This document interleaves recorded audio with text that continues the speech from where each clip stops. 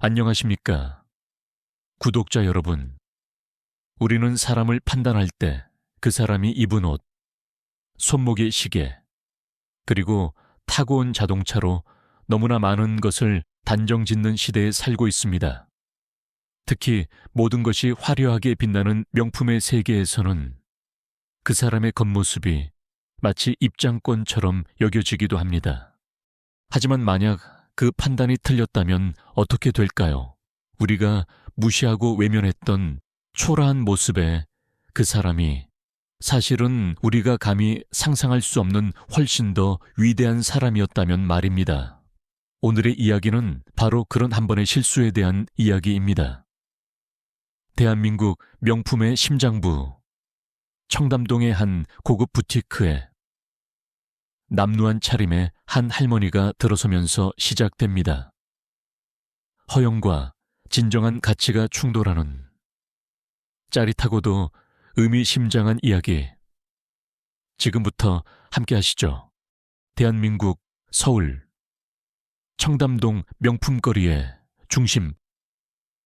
그곳에서도 가장 화려한 외관을 자랑하는 프랑스 명품 브랜드 에테르니테의 플래그십 스토어는 그 명성만큼이나 차갑고 고고한 분위기를 풍기고 있었다. 거대한 통유리창 너머로 대리석 바닥과 미니멀한 디자인의 쇼케이스들이 보였다.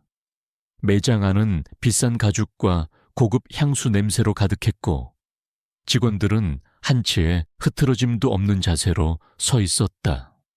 최 실장은 바로 이 작은 왕국의 왕이었다. 그는 흠잡을 데 없는 이탈리아제 정장을 입고 완벽하게 연출된 미소를 지으며 한 VIP 고객을 응대하고 있었다. 사모님, 이 백은 이번 시즌에 딱 3점만 들어온 리미티드 에디션입니다. 사모님의 품격과 가장 잘 어울리는 작품이죠. 그의 목소리는 꿀처럼 달콤했고 그의 태도는 비단처럼 부드러웠다. 바로 그때 그 고고한 세계의 질서를 깨는 한 사람이 등장했다. 건물 옥상, 강순덕 여사는 자신의 작은 비밀 정원에서 방금 막 탐스럽게 익은 토마토 하나를 땄다. 그녀는 흙이 묻은 손으로 토마토를 쓱쓱 닦아 한 입 베어 물었다. 새콤달콤한 과즙이 입안에 퍼졌다. 그녀에게는 세상 그 어떤 산의 진미보다도 더 맛있는 음식이었다. 그녀는 이 건물의 주인이었지만 그녀의 가장 큰 기쁨은 이렇게 직접 흙을 만지고 작은 생명들을 키워내는 데 있었다.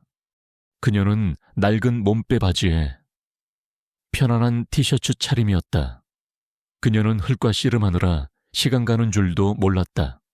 문득 시계를 보니 곧 있을 입주사 대표들과의 정기회의 시간이 얼마 남지 않았다. 그리고 그 전에 오늘 생일인 손녀의 선물을 사야 했다. 손녀는 얼마 전부터 에테르니테의 신상 가방을 노래 부르고 있었다. 어차피 같은 건물이니 잠깐 들렀다 가면 되겠지. 그녀는 옷을 갈아입는 것을 번거롭게 생각했다. 그저 수도가에서 대충 손의 흙만 씻어내고 낡은 캔버스 가방 하나를 든 채 옥상에서 내려왔다. 이 에테르니테의 거대한 유리문이 그녀를 위해 소리 없이 열렸다. 강순덕 여사가 안으로 들어서는 순간 매장 안의 모든 공기가 순간적으로 얼어붙었다. 그녀의 남루한 옷차림과 흙먼지가 묻은 낡은 운동화는 이 눈부신 명품의 세계와는 너무나도 이질적인 것이었다. 매장 안의 다른 VIP 고객들은 노골적으로 눈살을 찌푸리며 그녀를 쳐다보았다. 직원들은 그녀를 애써 못 본 척하거나 경멸적인 시선으로 흘깃거렸다. 입구의 보안 직원은 당장이라도 그녀를 막아서야 할지 고민하며 몸을 긴장시켰다. 마침 VIP 고객 응대를 마친 초의 실장이 이 불청객을 발견했다. 그의 완벽했던 비즈니스 미소가 순식간에 차가운 짜증으로 바뀌었다.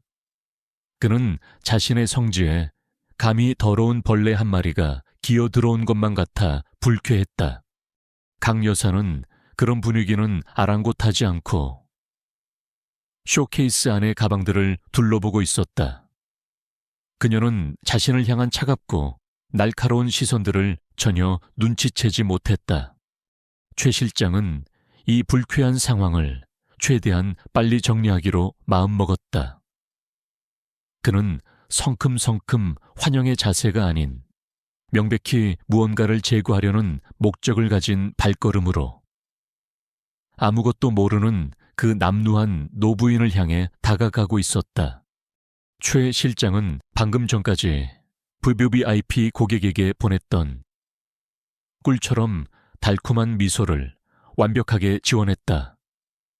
그의 얼굴은 이제 매장의 품격을 지키는 냉정한 수문장의 가면을 쓰고 있었다. 그는 천천히 하지만 위압적으로 쇼케이스 앞에서 가방을 구경하고 있는 남루한 노부인에게 다가갔다. 강순덕 여사는 그가 다가오는 것을 보고 도와주러 온 것이라 생각해 환하게 웃었다. 아이고, 총각 마침 잘 왔네. 내가 저 분홍색 가방을 좀 보고 싶은데 우리 손녀 선물으로 사주려고 하거든. 한번 꺼내서 보여줄 수 있겠나? 그녀의 목소리는 정겹고 따뜻했다. 하지만 최 실장은 그 미소에 답하지 않았다. 그는 할머니의 옷차림과 흙먼지가 묻은 신발, 그리고 주름진 손을 마치 더러운 것을 보는 듯한 눈으로 훑어보았다. 그리고는 결심을 굳혔다. 그는 일부러 더 차갑고 격식적인, 그래서 상대를 주눅들게 만드는 말투를 사용했다.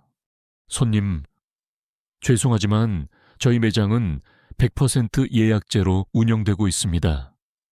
혹시 담당 셀러와 약속을 잡고 오셨습니까?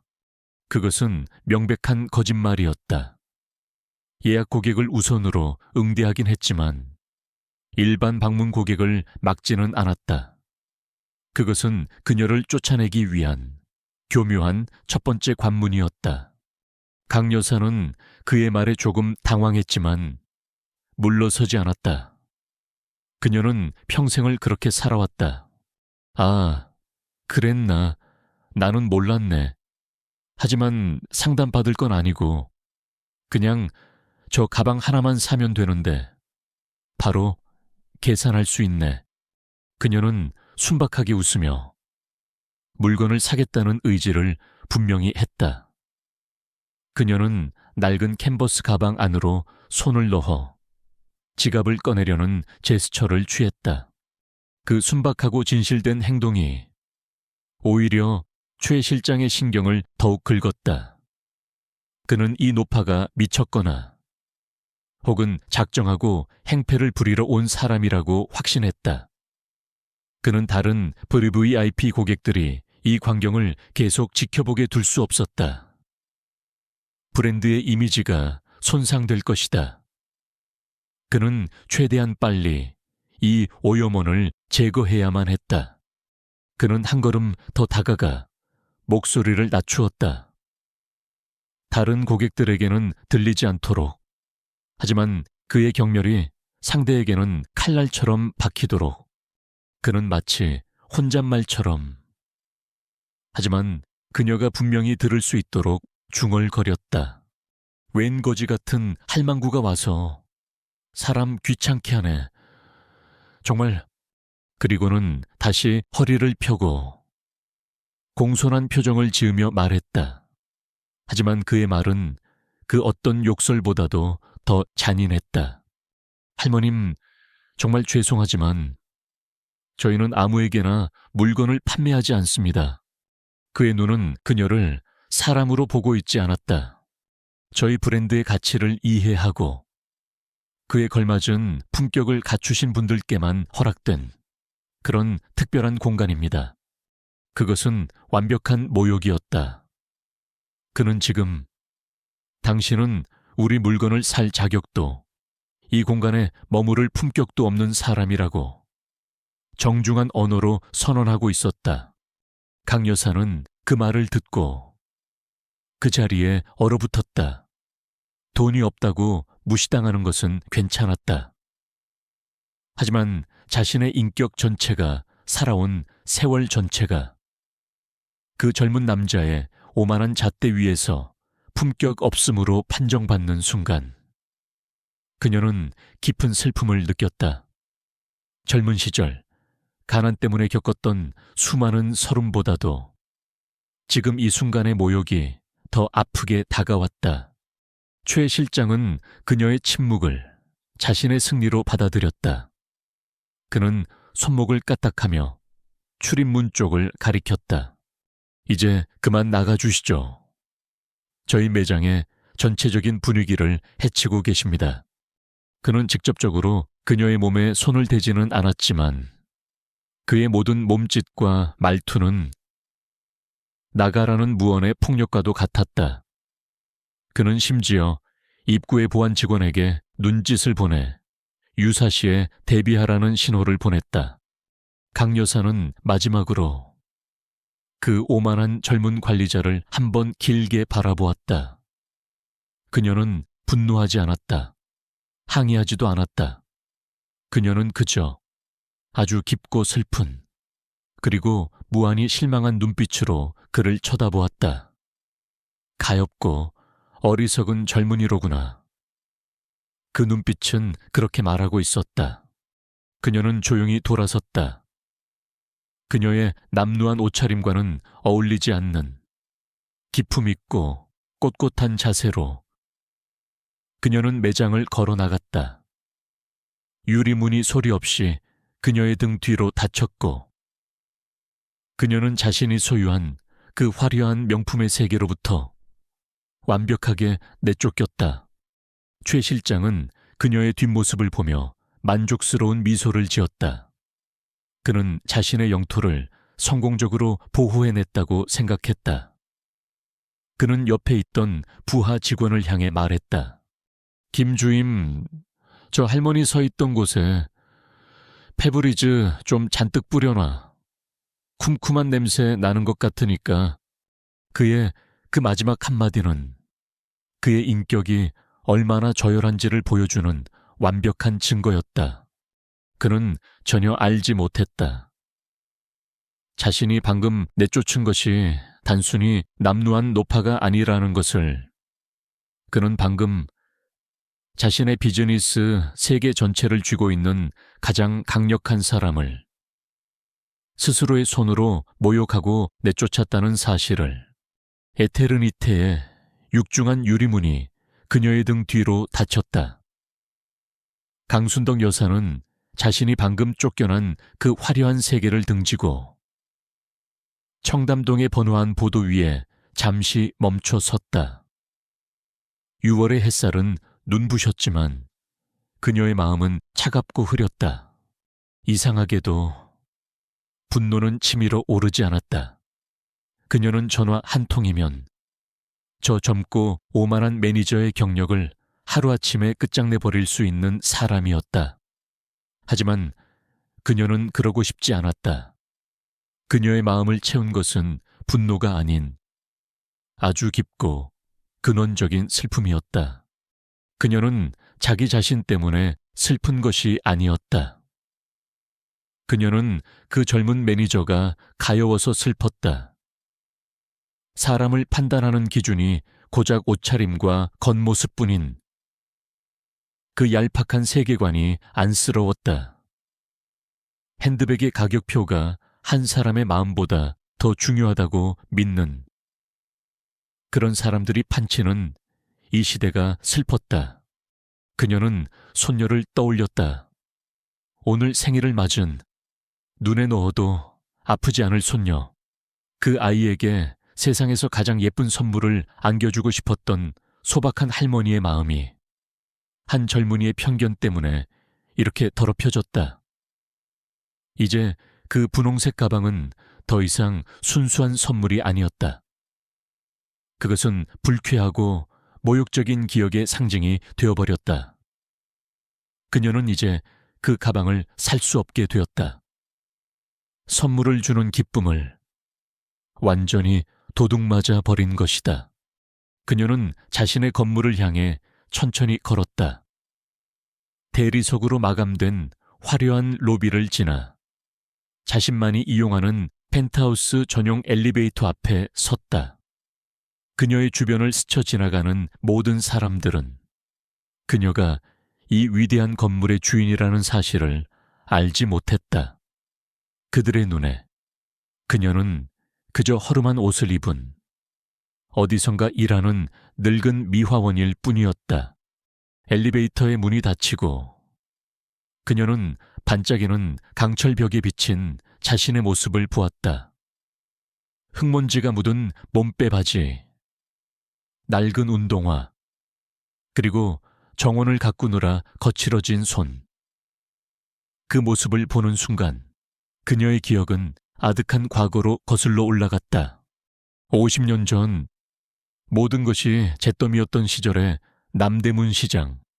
20살의 처녀 순덕은 시장 한 구석에 작은 좌판을 깔고 채소를 팔고 있었다. 살을 애는 듯한 겨울바람 속에서 그녀는 온종일 오들오들 떨었지만 채소는 팔리지 않았다. 그때 근처 국밥집 아주머니가 뜨거운 김이 나는 국밥 한 그릇을 들고 그녀에게 다가왔다. 학생, 배고프지? 이거라도 먹고 힘내. 돈은 나중에 벌어서 줘. 그녀는 돈이 없어 극구 사양했지만 아주머니는 그녀의 손에 억지로 그릇을 쥐어주었다. 그녀의 가난을 무시하지 않았던 그 따뜻한 국밥 한 그릇, 그 작은 친절이 얼어붙었던 그녀의 몸과 마음을 녹여주었다. 그녀는 그때 배웠다. 한 사람의 가치와 온기는 결코 돈으로 매길 수 없다는 것을. 그것은 사람이 사람에게 건네는 따뜻한 마음 속에 있다는 것을. 기억의 끝에서 엘리베이터가 띵 하는 소리와 함께 펜트하우스 층에 도착했다. 강 여사는 깊은 한숨을 내쉬었다. 남대문 국밥집의 그 따뜻한 온정과 에테르니테 매장의 그 차가운 경멸이 그녀의 마음속에서 극명한 대조를 이루었다. 슬픔은 이제 조용한 결심으로 바뀌고 있었다. 이것은 더 이상 개인적인 모욕의 문제가 아니었다. 이것은 그녀가 평생을 바쳐 지켜온 신념과 그녀가 세운 이 건물의 품격에 대한 문제였다. 최 실장의 그릇된 태도는 그녀의 건물에 퍼진 병균과도 같았다. 그리고 그녀는 이 건물의 주인으로서 그 병균을 소독해야 할 책임이 있었다. 온화했던 할머니의 모습 뒤로 냉철하고 결단력 있는 사업가 강순덕 회장의 얼굴이 서서히 드러나고 있었다. 그녀가 펜트하우스 사무실에 들어서자 비서가 놀란 표정으로 그녀를 맞았다. 회장님, 복장이 회의 준비는 다 되었나? 강 회장은 비서의 말을 자르며 물었다. 네, 회장님, 입주사 대표님들께서 약 20분 후부터 도착하실 예정입니다. 강 회장은 고개를 끄덕였다. 좋아. 그 전에 내 옷장에서 옷 좀 가져다 주게. 간단하지만 격식에 맞는 옷으로 그녀는 사무실의 거대한 통유리창 앞으로 걸어갔다. 그녀의 발 아래로 에테르니테 매장이 장난감처럼 작게 보였다. 그녀의 얼굴에는 더 이상 슬픔이 없었다. 그 자리에는 고요하고 모든 것을 꿰뚫어 보는 듯한 누구도 읽을 수 없는 표정만이 자리 잡고 있었다. 이제 곧 심판의 시간이 시작될 터였다. 강순덕 여사가 쫓겨난 후 에테르니테 매장 안은 다시 원래의 고고한 평화를 되찾았다. 최 실장은 자신이 방금 한 행동에 대해 지극한 만족감을 느꼈다.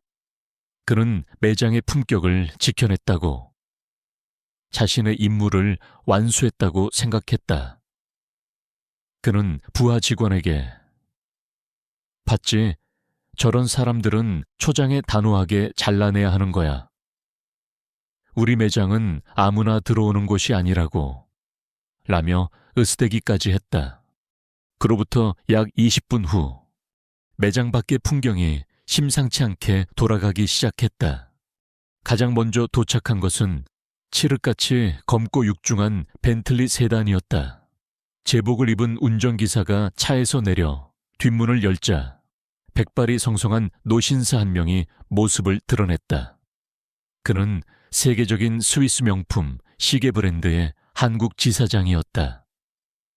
최 실장은 한눈에 그를 알아보았다. 그는 자신의 머리를 재빨리 정돈하고 넥타이를 굳혀 맨 후 가장 완벽한 비즈니스 미소를 장착한 채 매장 문으로 달려나갔다. 아이고, 뒤부하 지사장님 귀한 걸음 하셨습니다. 저희 매장에는 어쩐 일로. 최 실장은 90도로 허리를 숙이며 그를 맞이했다. 하지만 뒤부하 지사장은 그에게 짧게 고갯짓으로 답할 뿐. 그의 매장은 쳐다보지도 않고 곧장 건물의 중앙 로비 라운지로 향했다. 최 실장은 잠시 머쓱해졌지만 아마 다른 분을 기다리시나 보다 하고 대수롭지 않게 넘겼다. 하지만 그것은 시작에 불과했다. 그 뒤를 이어 마세라티, 포르쉐, 레인지로버 등 최고급 외제차들이 연달아 건물 앞에 멈춰 섰다. 채선은 이탈리아 보석 브랜드의 여성 CEO, 독일 자동차 브랜드의 대표, 그리고 국내 굴지의 패션 매거진 편집장 등 청담동의 VVIP라고 불리는 인물들이 차례로 내렸다. 그들은 모두 약속이라도 한 것처럼 최 실장의 매장은 거들떠 보지도 않고 중앙 로비의 라운지로 향해 모여들었다. 그들은 서로 다른 언어로 가볍게 인사를 나누며 누군가를 기다리는 듯했다.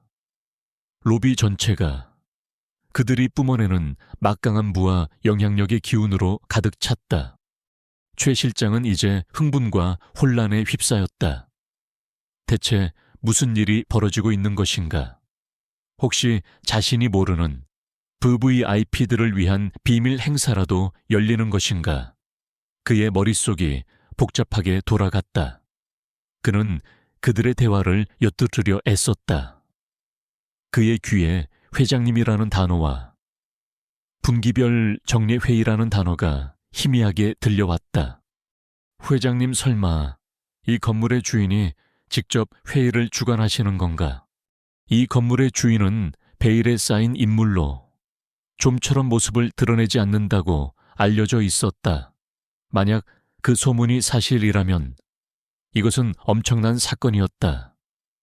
최 실장은 이 중요한 인물들에게 좋은 인상을 남기기 위해 자신의 옷매무새를 다시 한번 가다듬고 매장 입구에 서서 가장 공손한 자세를 유지했다.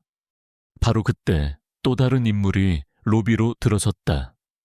10대 후반쯤으로 보이는, 명품은 아니지만 세련되고 발랄하게 차려입은 한 여학생이었다. 그녀는 오늘 생일을 맞은 강순덕 여사의 손녀였다. 할머니와 점심 식사를 하기 위해 약속 장소에 미리 와 있던 것이다.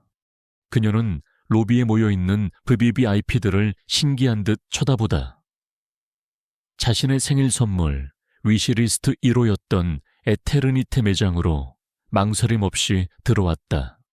저기요, 이번에 새로 나온 로즈 페탈 핸드백 좀 볼 수 있을까요? 최 실장은 잘 차려입은 젊은 아가씨를 보자마자 즉각적으로 몸에 밴 영업용 미소를 지어 보였다. 그는 방금 전 남루한 할머니를 대하던 태도와는 180도 다른 극도로 친절하고 상냥한 목소리로 그녀를 맞이했다. 물론입니다. 아가씨, 안목이 정말 탁월하시네요. 이쪽으로 오시죠.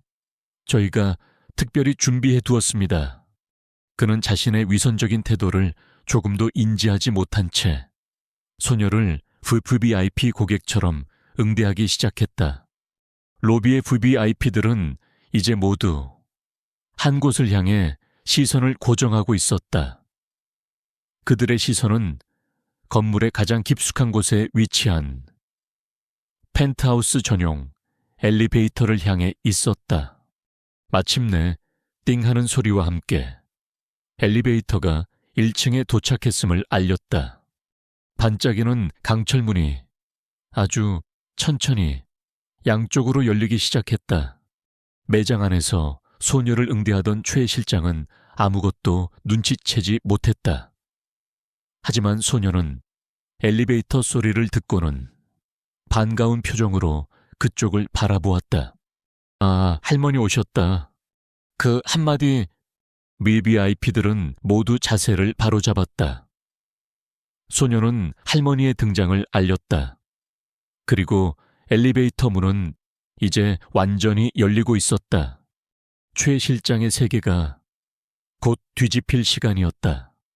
펜트하우스 전용 엘리베이터의 문이 소리 없이 열렸다. 매장 안에서 손녀를 응대하던 최 실장은 로비의 분위기가 갑자기 변한 것을 느꼈다. 그는 고개를 들어 무슨 일인지 확인하려 했다. 로비에 모여있던 VVIP들이 모두 엘리베이터 문 쪽을 향해 정중하게 서 있었다. 엘리베이터 안에서 한 노부인이 천천히 모습을 드러냈다. 그녀는 더 이상 흙먼지 묻은 몸빼 바지 차림이 아니었다. 그녀는 은은한 비추색이 감도는 고급스러운 실크 한복을 단아하게 차려입고 있었다. 머리는 깔끔하게 쪽을 졌고 귀에는 과하지 않은 진주 귀걸이가 기품을 더했다. 그녀의 손에는 어떤 명품백도 들려있지 않았지만 그녀의 온몸에서는 수억 원짜리 가방도 흉내낼 수 없는 세월과 내공이 만들어낸 깊은 아우라가 뿜어져 나오고 있었다. 그녀는 더 이상 남루한 할머니가 아니었다. 그녀는 이 거대한 건물의 주인이자 수많은 신화의 주인공 강순덕 회장이었다. 그녀가 모습을 드러내자 로비에 모여있던 모든 VVIP들이 일제히 허리를 숙여 존경을 표했다. 스위스 시계 브랜드의 뒤부아 지사장이 가장 먼저 다가가 인사했다. 회장님, 좋은 아침입니다. 오늘 회의를 주최해 주셔서 감사합니다. 다른 대표들 역시 회장님, 오랜만입니다. 회장님 하며 정중하게 인사를 건넸다. 그 광경을 본 최 실장의 머릿속이 복잡해지기 시작했다. 그는 엘리베이터에서 나온 저 우아한 노부인의 얼굴을 뚫어지게 쳐다보았다. 어디선가 본 얼굴이었다. 그의 머릿속에서 약 30분 전 자신이 경멸하며 내쫓았던 그 거지 할망구의 얼굴과 지금 눈앞에 강 회장의 얼굴이 겹쳐지기 시작했다. 아니야, 아니겠지. 닮은 사람이겠지. 그럴 리가 없어. 그는 애써 고개를 저었다. 하지만 그의 심장은 불안하게 뛰기 시작했다. 바로 그때 최 실장의 마지막 희망을 산산조각 내는 일이 벌어졌다. 그가 응대하고 있던 바로 그 여학생이 매장 밖으로 달려나갔다. 그녀는 최 실장을 지나쳐 강 회장에게로 달려가 와락 안겼다. 할머니 생신 축하드려요. 점심 사주신다고 하셔서 미리 와 있었어요. 강 회장의 권위적이던 얼굴이 손녀를 보자마자 따뜻하고 인자한 할머니의 미소로 녹아내렸다. 아이고, 내 강아지 일찍 왔구나. 그리고 손녀는 결정적인 한마디를 내뱉었다. 그녀는 해맑게 웃으며 최 실장이 있는 에테르니테 매장을 손가락으로 가리켰다. 할머니, 저기 있는 분홍색 가방 갖고 싶어요. 아까 저 아저씨가 엄청 친절하게 설명해 주셨어요. 그녀의 손가락 끝은 이제 얼굴이 새하얗게 질려 그 자리에 얼어붙어 있는 최 실장을 정확하게 향하고 있었다. 최 실장의 머릿속에서 모든 것이 충돌하며 폭발했다. 첫째, 자신이 내쫓았던 그 거지 할머니가 VVIP들이 깍듯이 모시는 바로 저 강 회장이었다. 둘째, 자신이 VVIP처럼 대우하며 아첨하던 이 여학생이 바로 그 할머니의 손녀였다. 셋째, 그 강 회장이 바로 이 건물의 주인이었다. 이제 모든 진실이 끔찍한 하나의 그림으로 완성되었다. 자신이 모욕하고 내쫓았던 그 상대는 단순히 돈 많은 고객이나 VVIP 수준이 아니었다. 그녀는 자신의 가게가 새 들어있는 이 건물의 주인이자 자신의 비즈니스 생태계의 정점에 있는 절대적인 권력자였던 것이다. 강 회장은 손녀의 머리를 쓰다듬어주며 천천히 고개를 돌렸다. 그녀의 시선이 손녀의 손가락 끝을 따라 최 실장에게로 향했다. 방금 전까지 손녀를 보며 따뜻하게 미소 짓던 그녀의 눈빛이 최 실장과 마주치는 순간 차갑게 식어내렸다. 그녀는 그를 즉시 알아보았다. 자신을 향해 웬 거지라고 내뱉던 그 경멸적인 얼굴과 자신을 내쫓던 그 오만한 몸짓을 그녀의 눈에는 분노가 없었다. 그것은 분노보다 더 무서운 것이었다. 그것은 한심하고 어리석은 존재를 바라보는 깊이를 알 수 없는 실망감과 모든 것을 꿰뚫어 보는 듯한 냉정한 평가의 눈빛이었다. 로비의 모든 사람들이 이 기묘한 침묵과 두 사람 사이에 흐르는 살벌한 기류를 눈치채기 시작했다. 최 실장은 그녀의 그 차가운 시선에 꿰뚫려 그 자리에 못 박힌 듯 서 있었다. 그의 온몸에서 식은땀이 비 오듯 쏟아지기 시작했고 그 욕탕아 입가 발밑에서부터 무너져 내리고 있었다. 강순덕 회장의 차가운 시선과 마주친 최 실장은 그 자리에 얼어붙었다. 로비의 모든 공기가 그의 목을 조르는 듯한 질식할 것 같은 긴장감으로 가득 찼다. 그의 머릿속은 새하얗게 비어 있었고 심장은 공포로 미친 듯이 울려댔다. 강 회장은 그를 더 이상 쳐다보지 않았다. 그녀는 먼저 자신의 옆에 서 있는 손녀의 어깨를 부드럽게 감쌌다. 그래, 우리 강아지, 그 가방 이야기는 이따가 할머니랑 다시 하자꾸나.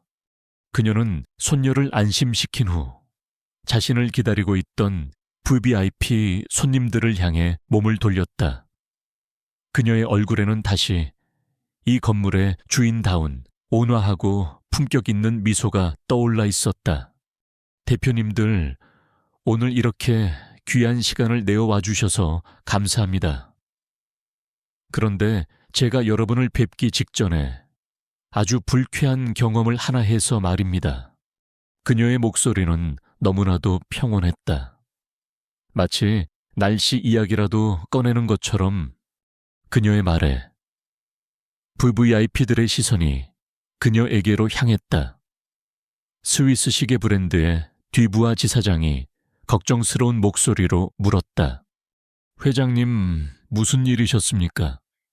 강 회장은 그 질문에 아주 살짝 고개만 돌려 최 실장이 석상처럼 굳어 서 있는 에테르니테 매장을 가리켰다. 그리고는 이 모든 상황에 대한 가장 우아하고도 잔인한 폭로를 시작했다. 그녀의 목소리는 여전히 조금의 흥분도 없이 지극히 사실만을 전달하는 톤을 유지했다. 아닙니다. 별일은 제 행사액이 남루하다는 이유로 저기 저 매장에서 방금 쫓겨났을 뿐입니다. 그녀는 말을 이었다. 마치 거지 취급을 받으면서요. 그 한마디, 그 평온한 한마디가 로비 전체에 핵폭탄처럼 터졌다. VIP 대표들의 얼굴이 순식간에 변하기 시작했다. 처음에는 혼란, 다음에는 불신, 그리고 이내 경악과 노골적인 혐오감으로 그들은 단순한 부자들이 아니었다. 그들은 자신들의 브랜드를 대표하는 얼굴이자 명품 업계의 정점에 서 있는 전문가들이었다. 그들은 명품 비즈니스에 있어서 서비스와 브랜드 이미지가 얼마나 절대적인 가치를 갖는지 누구보다 잘 알고 있었다. 그들은 이 상황이 두 가지 끔찍한 의미를 갖는다는 것을 즉시 깨달았다. 첫째, 에테르니테의 매니저가 명품업계에서 결코 해서는 안 될 가장 치명적인 죄악을 저질렀다. 둘째, 이 사건은 더 팰리스라는 건물 전체의 품격을 떨어뜨리는 행위이며 자신들의 브랜드 이미지에까지 악영향을 미칠 수 있는 수치스러운 일이다. 듀부아 지사장은 순수한 경멸이 담긴 눈으로 최 실장을 쏘아보았고 이탈리아 보석 브랜드의 여성 CEO는 믿을 수 없다는 듯 고개를 절레절레 저었다. 그들의 그 침묵의 판결이야말로 최 실장에게는 사형 선고나 다름없었다. 자신이 저지른 일의 결과를 VVIP들의 얼굴을 통해 확인한 초의 실장은 마침내 완전히 무너져 내렸다. 그녀가 그 사실을 이렇게 모든 비즈니스 파트너들 앞에서 공개적으로 밝힐 줄은 상상도 하지 못했다. 그의 경력, 그의 평판, 그의 모든 것이 끝장났다. 그의 다리에서 힘이 풀렸다.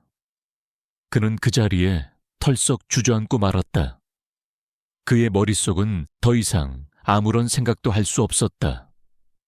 그는 그저 어린아이처럼 울며 용서를 구하는 것 외에는 할 수 있는 것이 없었다. 회장님, 제가 잘못했습니다. 제가 미쳤었습니다. 제발 용서해 주십시오. 소녀는 이제야 모든 상황을 파악했다. 자신의 할머니가 방금 저 남자에게 그런 끔찍한 모욕을 당했다는 사실을. 그녀의 눈에 분노와 슬픔의 눈물이 차올랐다. 그녀는 증오가 가득 담긴 눈으로 바닥에 주저앉아 비는 최 실장을 노려보았다. 하지만 강 회장은 바닥에 쓰러진 최 실장에게 어떤 동정심도 보이지 않았다. 그녀는 다시 VIP 손님들을 향해 완벽한 주인의 미소를 지어 보였다. 자, 저런 일은 나중에 처리할 문제고 우리 대표님들 회의실로 올라가실까요? 논의할 안건이 많습니다. 그녀는 이 모든 소동을 자신의 스케줄을 방해할 가치조차 없는 사소한 일로 치부해버렸다. 그녀의 그 태연함이야말로 그녀가 가진 절대적인 힘을 보여주는 가장 확실한 증거였다. 강순덕 회장은 충격과 혐오감에 휩싸인 그 VIP들을 이끌고 회의실로 향하는 엘리베이터 쪽으로 걸어갔다. 그녀는 바닥에 주저앉아 울고 있는 초라하고 비참한 최 실장을 남겨두고 그의 반짝이는 명품 매장 바로 앞에서 최 실장은 무릎 꿇은 채 그들의 뒷모습을 바라보았다. 자신이 거지라고 불렀던 그 노부인이 이제 자신이 속한 세계의 가장 강력한 사람들을 이끌고 자신에게서 멀어져 가는 모습을 그는 심판받았다. 그리고 그는 완전히 버려졌다. 강순덕 회장과 VVIP들이 회의실로 사라진 후 로비에는 최 실장의 처절한 울음소리만이 남았다. 그의 완벽했던 세상은 불과 10분 만에 완전히 무너져 내렸다. 그의 곁에는 그가 무시했던 경비원도 그가 아첨했던 VVIP도 아무도 남아있지 않았다. 잠시 후 건물관리소장과 보안팀장이 달려왔다. 그들은 바닥에 주저앉아 넋을 잃은 최 실장을 차갑고 동정심 없는 눈으로 내려다보았다. 최 실장님, 여기서 이러시면 곤란합니다. 다른 입주사들에게도 좋지 않은 모습입니다. 매장으로 돌아가 뒷정리를 하시는 게 좋겠습니다. 관리소장의 목소리에는 이전의 깍듯함 대신 명백한 경멸이 담겨 있었다. 최 실장과 함께 있던 부하 직원은 더 이상 그를 두려워하지 않았다. 그녀는 어쩔 수 없다는 듯 그의 팔을 잡아 일으켰다. 최 실장은 다리에 힘이 풀려 비틀거리며 자신의 매장으로 돌아왔다. 한때는 그의 자랑스러운 왕국이었던 그곳이 이제는 그의 몰락을 증명하는 초라한 무대가 되어 있었다. 한편 건물 최상층 펜트하우스의 회의실. 강순덕 회장은 언제 그런 일이 있었냐는 듯 평온하고 카리스마 넘치는 모습으로 회의를 주재하고 있었다.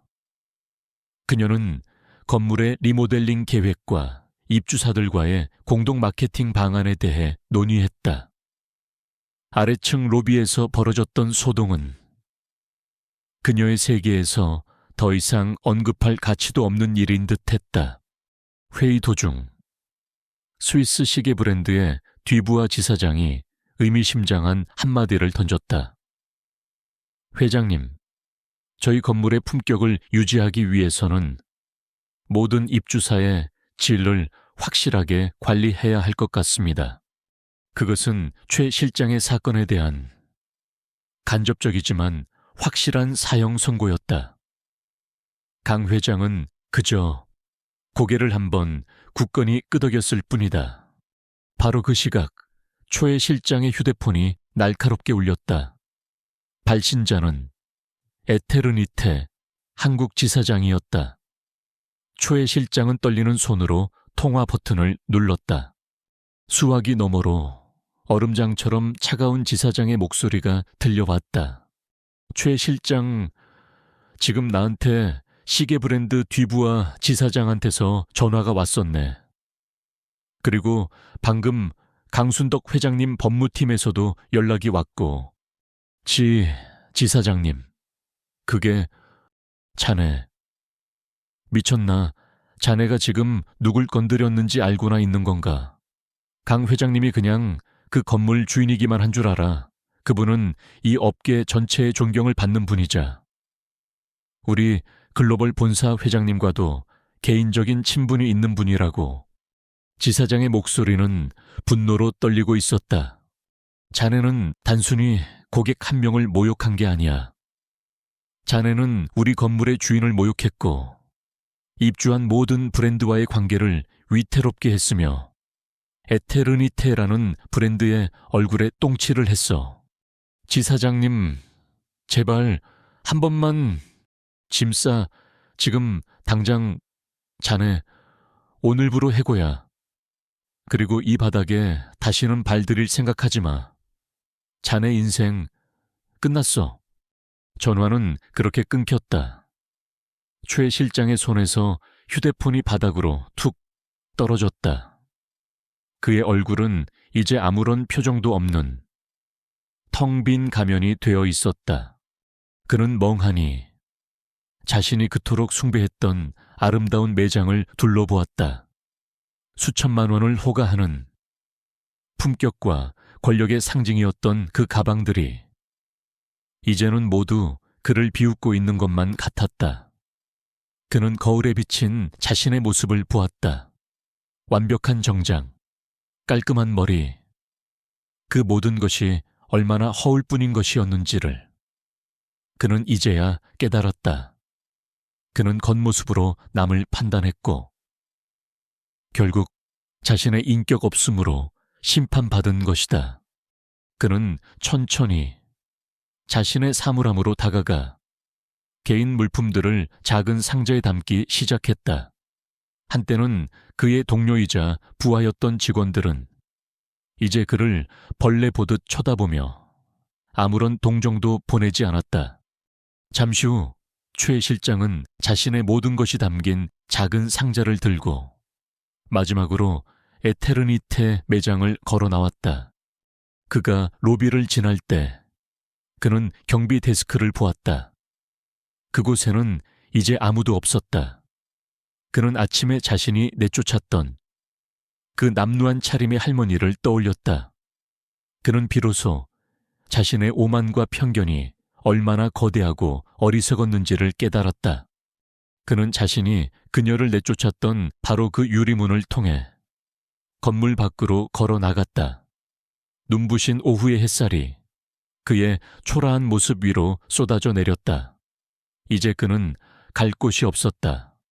그의 오만함에 대한 대가는 너무나도 철저하고 완벽하게 치러졌다. 최 실장이 비참했던 몰락 이후 시간은 흘렀다. 그날의 소동은 청담동 명품가에 한동안 가십거리로 오르내렸지만 곧 새로운 스캔들과 화려한 신상품들 뒤로 잊혀갔다. 에테르니테 매장은 본사의 공식적인 사과와 함께 새로운 매니저로 교체되었다. 그리고 강순덕 여사의 손녀 서연이의 18번째 생일날이 되었다. 가족들은 강 회장의 펜트하우스에 모여 화려하진 않지만 정갈하고 따뜻한 생일 파티를 열었다. 서연이는 그날 이후 할머니에게 왠지 모를 죄송한 마음을 가지고 있었다. 자신이 그 비싼 가방을 갖고 싶다고 말했기 때문에 할머니가 그런 험한 일을 겪으신 것만 같았다. 그녀는 할머니에게 다가가 조심스럽게 말했다. 할머니, 죄송해요. 저 때문에 그날 그런 일을 겪으시고 강 회장은 손녀의 머리를 부드럽게 쓰다듬으며 온화하게 웃었다. 아니다. 아가, 네 잘못이 아니란다. 넌 아무것도 잘못하지 않았어. 그녀는 손녀의 눈을 바라보며 자신의 인생 철학이 담긴 이야기를 들려주었다. 그 가방 말이다. 참 예쁘더구나. 하지만 그 가방의 가치는 그것을 만든 장인의 훌륭한 솜씨에서 나오는 것이지. 그것을 파는 사람의 오만한 태도에서 나오는 게 아니란다. 물건의 가치라는 것은 그것을 다루는 사람의 인격에 따라 아주 쉽게 더럽혀질 수 있는 것이야. 할머니는 너에게 세상에서 가장 좋은 선물을 해주고 싶었단다. 그런데 그 일을 겪고 나니 진짜 소중한 선물이 무엇인지 다시 한번 깨닫게 되었지. 가장 비싼 가격표가 붙은 선물이 가장 귀한 선물은 아니라는 것을 말이다. 그녀는 그렇게 말하며 자신의 뒤에 숨겨두었던 진짜 생일 선물을 꺼냈다. 그것은 에테르니테의 분홍색 핸드백이 아니었다. 그녀가 내민 것은 고운 비단으로 만들어진 손바느질로 완성된 예쁜 복주머니였다. 화려하진 않았지만 한 땀 한 땀에 담긴 정성과 세련된 색감의 조화가 그 어떤 명품보다도 더 기품 있고 아름다워 보였다. 서연은 잠시 어리둥절한 표정을 지었다. 강 회장은 손녀의 손을 잡으며 말했다. 이건 할머니가 어젯밤에 뜬 눈으로 널 생각하면서 한 땀 한 땀 직접 만든 거란다. 이 세상에 단 하나뿐인 네 할머니의 시간과 마음이 담긴 진짜 명품이지. 그녀는 복주머니를 열어 보여주었다. 그 안에는 강 회장의 어머니, 즉 서연의 증조할머니께서 물려주신 작은 옥 놀이개가 들어있었다. 그리고 그녀가 직접 쓴 사랑과 지혜가 담긴 손편지도 함께였다. 서연의 눈에 뜨거운 눈물이 차올랐다. 그녀는 할머니를 꼭 껴안았다. 그녀는 이제 모든 것을 이해했다. 피상적인 브랜드에 대한 욕망은 사라지고 진심이 담긴 선물의 가치를 깨닫게 되었다. 가격과 가치의 차이를 그녀는 비로소 알게 된 것이다. 이야기는 파티가 끝난 다음 날 아침으로 이어진다. 강순덕 회장은 다시 그녀의 낡은 몸빼 바지 차림으로 돌아와 있었다. 동이 트는 새벽, 그녀는 자신의 옥상 정원에서 토마토와 상추에 물을 주고 있었다. 그녀의 얼굴에는 더없이 평화로운 미소가 감돌고 있었다. 그녀는 발 아래 펼쳐진 화려한 청담동의 빌딩 숲을 내려다보았다. 그녀는 저곳의 일부를 소유하고 있지만 그녀의 진짜 재산은 저 빌딩이나 임대료가 아니라는 것을 알고 있었다. 그녀의 진짜 재산은 그녀의 손톱 밑에 낀 이 흙과 직접 키운 토마토의 맛과 그리고 가족과 나누는 사랑 속에 있었다. 그녀는 편견이라는 추악함과 마주섰고 그 속에서 자신의 가치를 다시 한번 확인했다. 그녀는 평화로웠다. 이야기의 마지막 장면. 거대한 부의 상징인 빌딩 숲을 배경으로 한 남루한 차림의 노부인이 세상에서 가장 소박하고 진실된 것들 속에서 기쁨을 찾고 있었다. 블랙 요원은 사라졌다. 그 자리에는 이제 그저 평화의 수호자, 이씨 아저씨만이 남아 있었다. 오늘 제가 준비한 이야기는 여기까지입니다. 한 할머니와 명품 매니저의 이야기가 여러분의 마음에 작은 생각할 거리를 남겼기를 바랍니다. 우리는 가치를 어디에서 찾아야 할까요? 화려한 겉모습과 비싼 가격표 속에서일까요? 아니면 진심이 담긴 마음과 소박한 일상 속에서일까요? 오늘의 이야기는 진정한 명품은 브랜드가 아니라 그것을 만드는 사람의 정성과 그것을 사용하는 사람의 인격에서 완성된다는 것을 보여줍니다. 여러분의 삶 속에도 다른 사람들이 보지 못하는 여러분만의 옥상 정원이 있기를 바랍니다. 다른 사람의 판단으로부터 자유로운 여러분에게 진정한 평화와 행복을 주는 그런 소중한 공간 말입니다. 귀한 시간을 내어 제 이야기를 들어주셔서 진심으로 감사합니다. 우리 모두가 삶의 진짜 명품을 알아보고 소중히 여기기를 바라며 저는 다음 주에 더 좋은 이야기로 찾아뵙겠습니다. 행복한 한 주 보내십시오. 안녕히 계십시오.